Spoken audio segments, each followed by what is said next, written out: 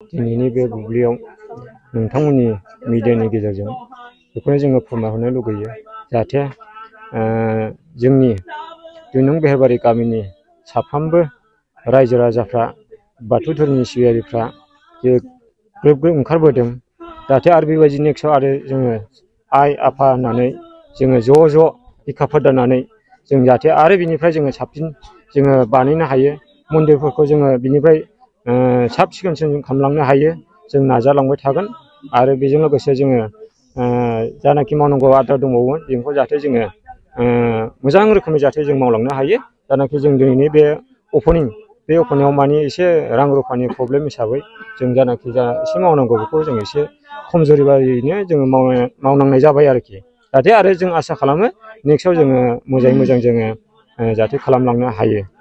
बाथौ धोरोमनि गुबुन गुबुन गामिफोरनि गामियारि बिथांमोना माने आर'ज गाबनाय हाबाफारिखौ पुर्निमा अमाबैसानि अनगायैबो बिदिनो बिस्थिबार मंगलबार बेबायदियावबो आर'ज गाबनाय जायो। दा नोंथांमोननि गामिया मा समाव आर'ज खालामगोन? बेखौ जोङो माने पुर्निमा अमाबैसा नैथि मंगलबार हायोबा जोङो बे बिस्थिबारावबो जोङो नाजागोन आरोखि बेनो। दिनैनि बे गोथार बुब्लियाव मिडिया नोंथांमोननिसिम आंनि गोसो गोरबोनिफ्राय गिबियाव खुलुमनाय बावहरबाय। दा आङो नैबे कंग्रिं दुलाराय बियाब बाथौ गौथुमनिफ्राय नैबे कंग्रिं बियाब दुलाराय बाथौ गौथुमनि सिङाव थानाय 2 नं बेहेरबारि गामियाव आं दंफैयो। आङो दिनैहाय आंखौ नैबे 2 नं बेहेरबारि गामियाव 2 नं बेहेरबारि गामिनि मानाव गेदेर बाथौ सिबियारि रायजो राजा बिथांमोनहा गावसोर गामिनि गंसे बाथौ आर'जसालि थानसालि गंसे आबुङै लुफुंनानै लानो हादों। दा बे गोथार बाथौ थानसालिखौ गोथारै बेखेवनानै होफैनांगौ होननानै आंखौ खावलायनाय बायदियै आं दिनै बिथांमोननि खावलायनायाव नुजाफैनानै बिथांमोननि गोथार बाथौ थानसालिखौ आंनि आखाइजों आङो गोजा रिबन हास'नानै आङो बिथांमोननि थानसालिखौ गोथारै बेखेवनानै होनाय जाबाय।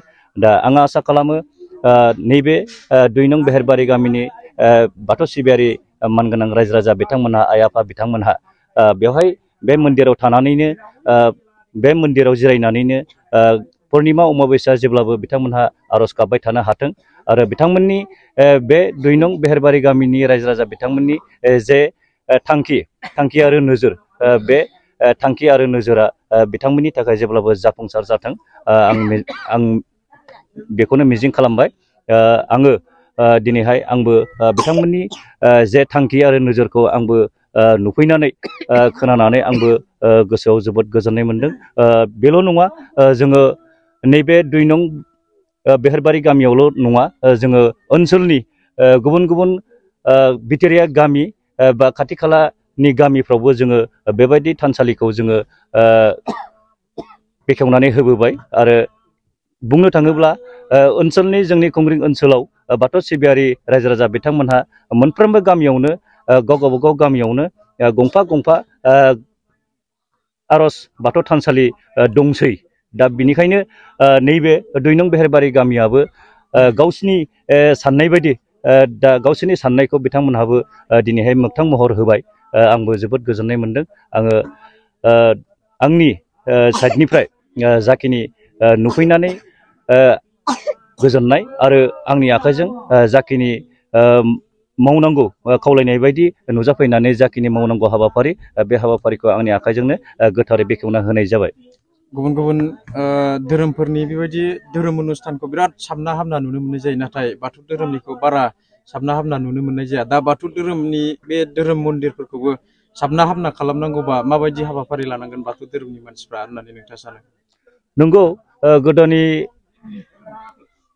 आबै आबौ जुगनिफ्रायनो जोंनि बाथौ धर्मआ दंमोन। जोंबो जोनोम जायाखैमोन, सोरबायाबो जोनोम जायाखैमोन। बाथौ धोरोमा गोदोनिफ्रायनो दंखायो, नाथाय दंखायोब्लाबो जोंनि बाथौ सिबियारि रायजो राजा बिथांमोनहा गोथौयै साननो हानाय जेबो गोहो गैयामोन आरो बेजों लोगोसे माखासे गावबागाव गामियाव आरो गावबागाव न'खराव माखासे रां रुफानिबो खोथा थाबाय। जोङो बेहाय मोनसे थानखौ फोसाबनांगौबा एसे रां रुफानिबो बाथ्रा फैयो आरो सुबुंफोरनि गियाननिबो बाथ्रा फैयो।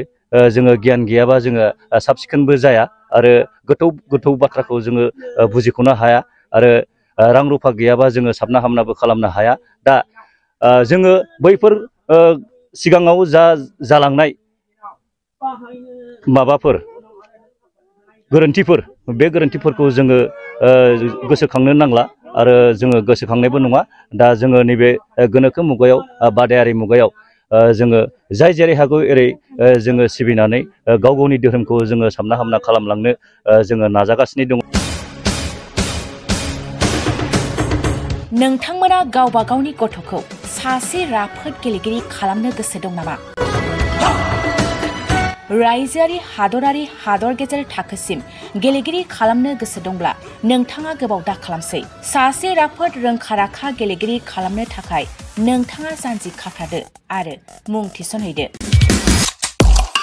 चिरां जिल्लानि सिङाव थानाय सोलिफु फोरोंसालि बल्लामगुरि काराटे एकाडेमि फोनांजाब राहा 8720903713 बड' हाउस काराटे एकाडेमि दलाइगाव फोनांजाब राहा 6900451157 बेंटल काराटे एकाडेमि फोनांजाब राहा 9678041226 बिरनगाव काराटे एकाडेमि फोनांजाब राहा 6901341656 आरो दालिगाव काराटे एकाडेमि फोनांजाब राहा 8720903713 बैफोर मख'नाय सोलोंसालिनिफ्राय सिगांनिफ्रायनो रायजोआरि हादरारि हादर गेजेरारि थाखोनिफ्राय बान्था मोननो हानाय सोलोंसाफोर मोननो हाबोनाय सोलोंसालि। बे मख'नाय फोरोंसालियाव रोंगौथि गोनां फोरोंगिरिया फोरोंथाय होनानै नोंथांनि गथ'खौ